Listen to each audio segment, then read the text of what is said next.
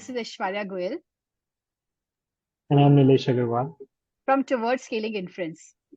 Hi, Eric. Right. So, Towards Scaling Inference is a place where you can learn about ML deployments from zero to scale.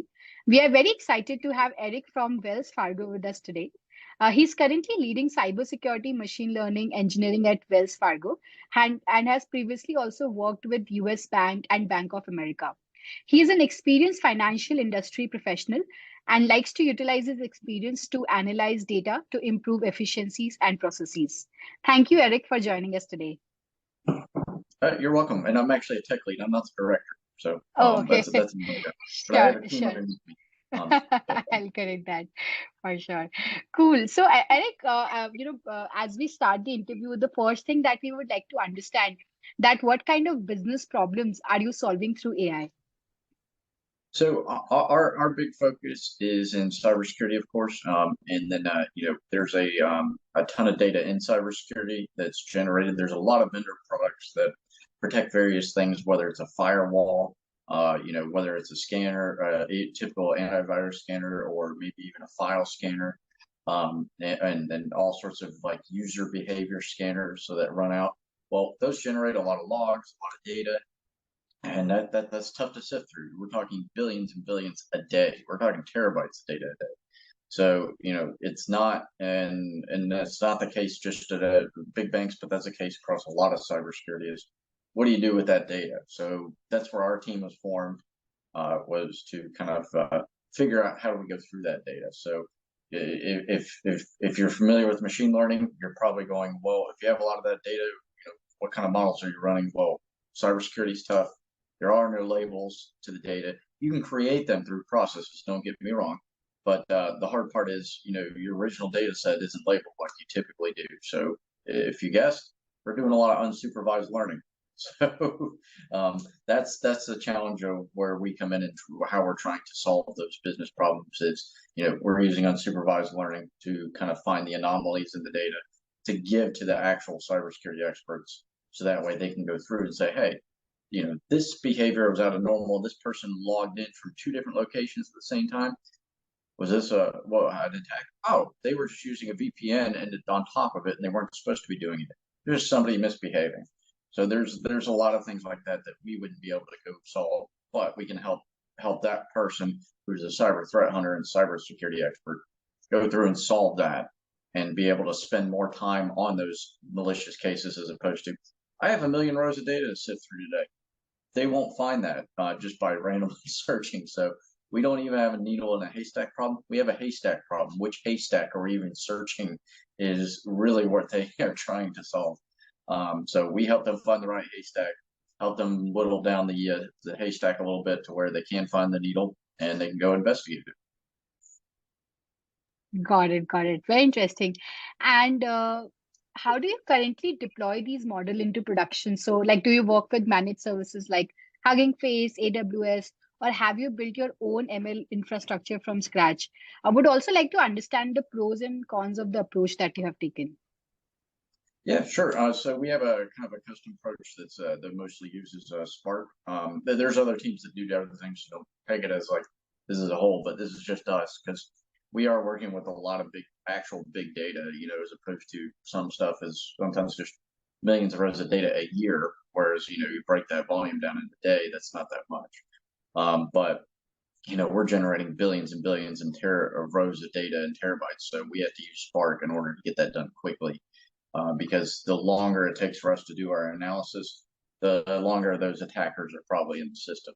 So our big focus is trying to both get the real-time data done quicker, but also, not have any latency on the analysis either. So we have to be able to ingest it quickly. We have to be able to run it quickly, and whereas, most people are like, do you use Python? Well, yeah, we do sometimes for getting some initial POCs done. But if you've ever used Python or for big data, it's single-threaded by default, whereas Spark is going to be multi-threaded, and it's also going to be object-oriented on the background with Java. You don't have to know Java to do Spark. So if anybody's worried, that's why we use Spark on that back end and it's gone pretty well. the hard part is eventually we're probably going to hit some limitations on it with, like you said, mentioned Hugging Face. Is if we try and do some complex NLP work, which is coming, we're probably going to have to move towards some type of cloud infrastructure at some point, just because trying to do your own custom NLP work, I don't know if anybody's ever done that.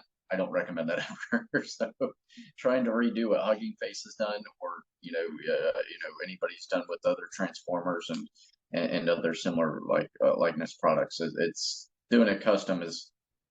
I'm not saying don't do it, but good luck. What I would say, you could probably do it better than them if you're willing to build the runway and the infrastructure for it, but it's really hard to do.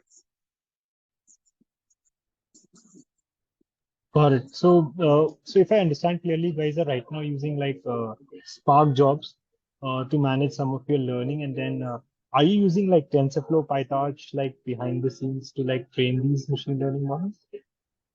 We haven't done a lot of deep learning yet, but that is probably coming along with some of the more complex projects that we have with some of the NLP stuff down the line.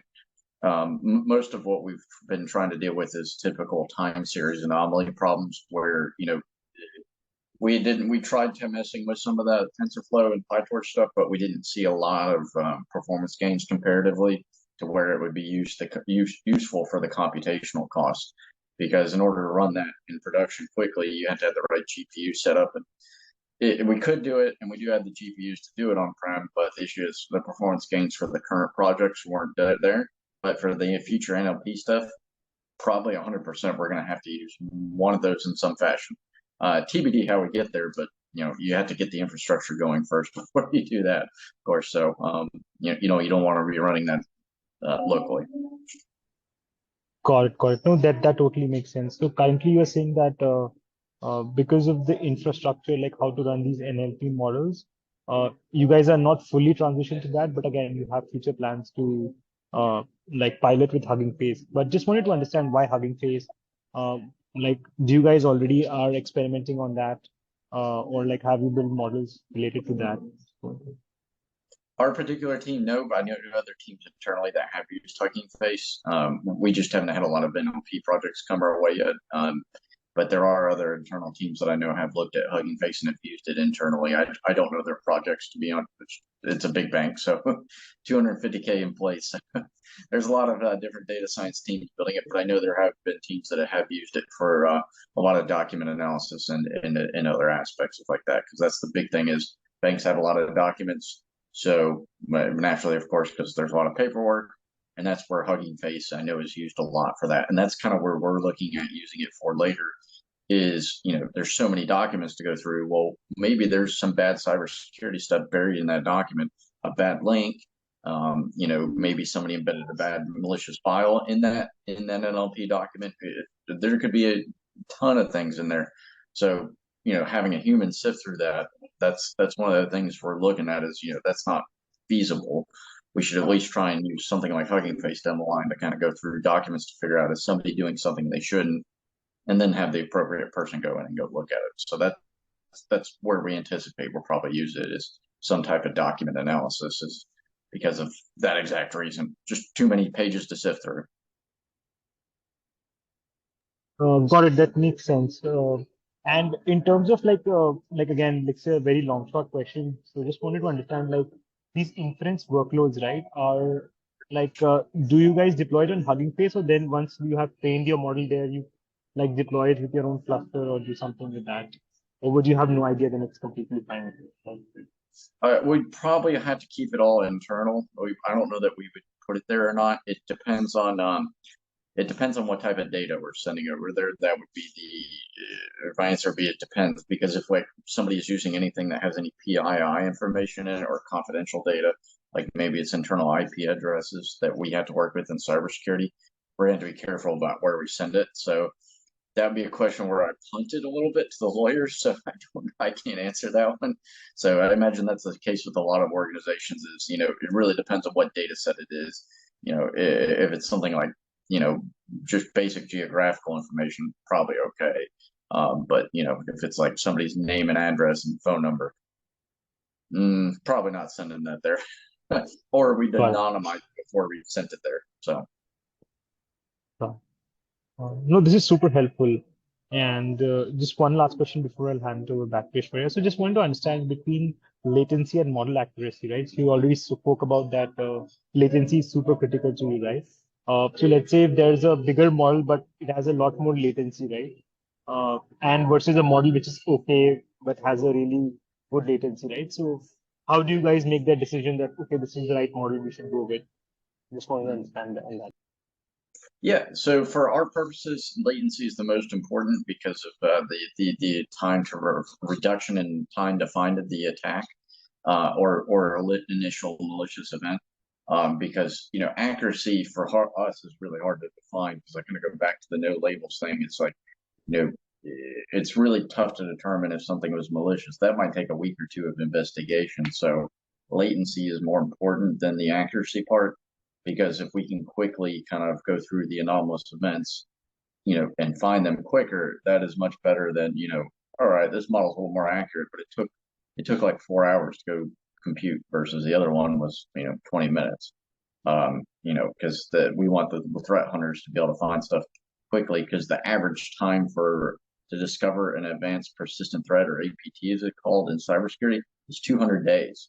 So the analysis, the latency is, that's why latency is most important. So any additional reduction we get, that's thumbs up from the cybersecurity world. Got it. Got it.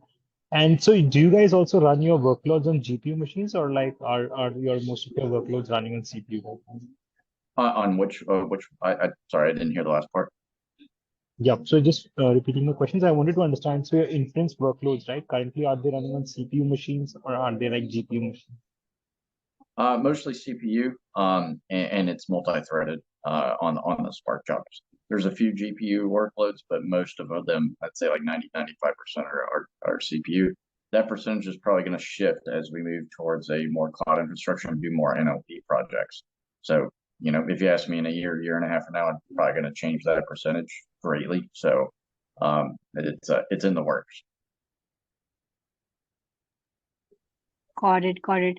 And so how do you manage and scale your infrastructure for inference as your usage grows? So the big thing is just trying to get a good estimate of things when you're doing in training, so that way you have an idea of what's coming. So like for some of our internal projects, like if you have a vendor product, and you know what the relative volume is before they turn it on to more machines. So what we usually do is do some testing on maybe say 5 or 10 servers that we're monitoring, get an idea of what the volume is, and that are kind of broad, and then we'll kind of figure out how many servers we're going to have to move it up to, just so that way we can properly scale things for later. And then that kind of just, goes back to the infrastructure, both from a network engineering standpoint, like how do we make sure we have enough IP addresses to connect to all of our APIs. So that way, one particular node doesn't get overloaded. So it's all the way down to the data engineering layer of calculating not just, data volume, but also calculating, do we have the appropriate network infrastructure of IP address range all the way there ahead of time, or do we have something that can kind of scale that up automatically, whether it's like kind of a Kubernetes type backload, or we don't use Docker. I know that's probably going to change as well when we move to the cloud, which is nice. Docker's awesome for scaling, but it makes things a lot easier. So we don't use any containerization. Most of it is kind of done on the normal CPU load balancing type of stuff, but usually we have a pretty good estimate of that ahead of time, and we work with the network engineers, data engineers, and the proxy and firewall security teams to make sure everything has that handled. Because sometimes where I've seen things go wrong, it's not just cybersecurity; it's just other projects. There's a network volume problem. Like you didn't talk to your network engineers, and they were like, "What do you mean you were moving terabytes of data? Why didn't you tell us?" So, something about communication with all your partners is proper. Sometimes all you have to do is give them a heads up, and that's it. But that's the key is knowing who to contact too. That's a tough problem in a big organization. So I don't know how to always solve that one. Got it. No, no, definitely. This is very helpful. And just one last question. So, can you discuss any best practices or tips for other ML engineers who are looking to deploy their model in production based on your experience? Yes, utilize your software engineering teams very well in terms of testing. One thing that early on when I was doing a lot of programming is I was not the best software engineer. I'm still not, and I never will be. But talking to them to figure out what they don't necessarily understand your ML model, or they probably care sometimes. They're like, great XG boost, that's cool. But on line 115, you're like doing an if statement when you don't need it. Like it's not even doing anything, and you have a while loop without an exit condition. So having those proper checks with other teams, and having proper unit testing for your code, and asking for help too. That's the other thing. Is like you're not going to be an expert on every particular aspect of Python. People are like, oh, I've used Python for 10 years. Great. You probably missed something. There's probably something you don't know. I've used it for 10 years. I miss stuff all the time. But that's how you ask for help. You have good unit testing on top of it to ask questions. And then, that way, along the way before you deploy, if you have good unit testing and good sensitivity testing on your model to know what's going to break and what's not, then you're going to be fine. But if you try and test it by yourself, you're gonna fail. So don't rely on yourself and your own team for checking it. Have an independent team. That's usually why some ML teams don't always have a QA team like software does. I recommend you do have one, like an additional team that does kind of work independently in addition to that. Not always possible at small organizations, I get it, but it's kind of like don't proofread your own college paper by yourself. Same type of principle with this. Yeah, no, definitely, Eric. I think these were some really great insights and tips that you shared. I'm sure that, who are like all the audience who are kind of listening to the episode, will benefit from the same. I would again like to thank you for joining us for the session today. It was great hosting you.